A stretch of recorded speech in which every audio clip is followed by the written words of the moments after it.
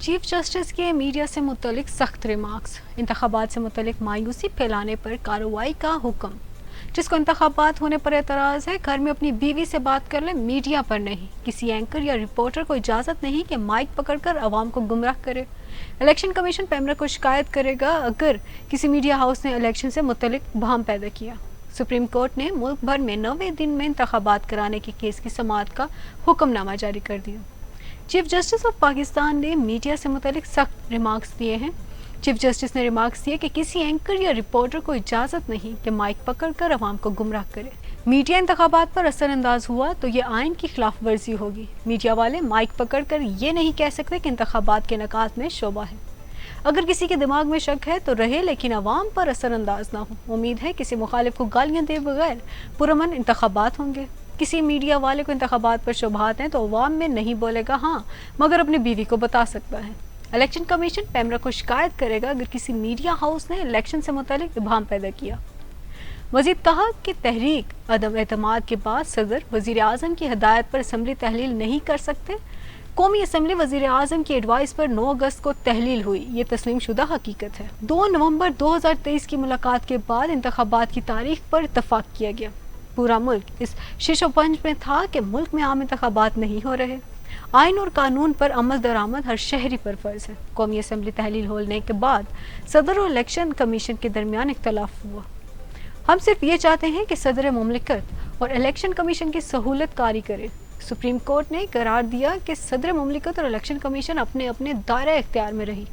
आला आइनी ओहदा होने के नाते सदर मुमलिकत की जिम्मेदारी ज़्यादा बनती है। सदर ने ख़त में लिखा कि इलेक्शन कमीशन सूबाई हुकूमतों से मुशावरत की तारीख का ऐलान करे। सदर के इस खत पर इलेक्शन कमीशन की जानिब से कोई जवाब नहीं दिया गया। सुप्रीम कोर्ट का तारीख देने का मामले पर कोई किरदार नहीं। सदर मुमलिकत मुल्क का आला ओहदा है। हैरत है कि सदर मुमलिकत इस नतीजे पर कैसे पहुंचे। तारीख देने का मामला सुप्रीम कोर्ट या किसी और अदालत का नहीं। सदर मुमलिकत को अगर राय चाहिए थी तो 186 आर्टिकल के तहत राय ले सकते थे। आइन और इनहराफ का कोई ऑप्शन किसी आइनी इदारे के पास मौजूद नहीं। आइन को बने 50 साल गुजर चुके हैं।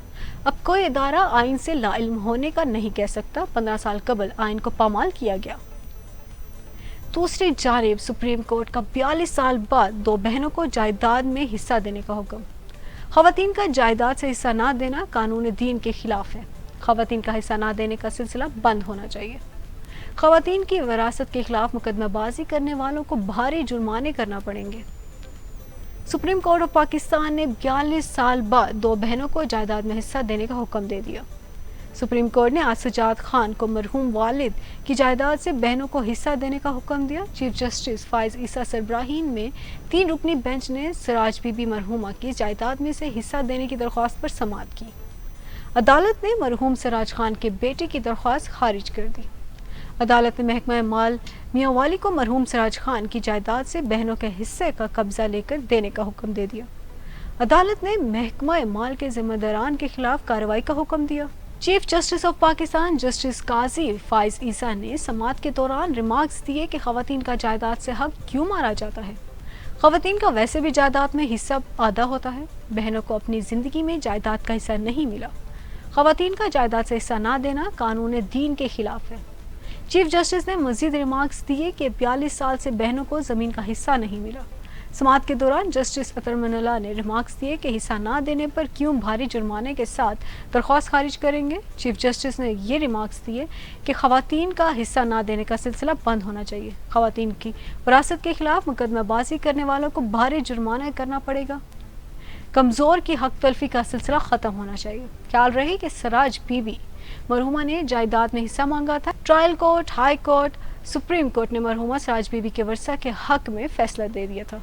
सुप्रीम कोर्ट ने हिस्सा देने का फैसला देकर नजर सानी की दरख्वास्त बहाली की दरख्वास्त भी खारिज कर दी। इस तरह की मज़ीद वीडियोस को देखने के लिए हमारे चैनल को सब्सक्राइब करना ना भूलिएगा। इसी के साथ दीजिए इकरा हाफिज़ को इजाज़त।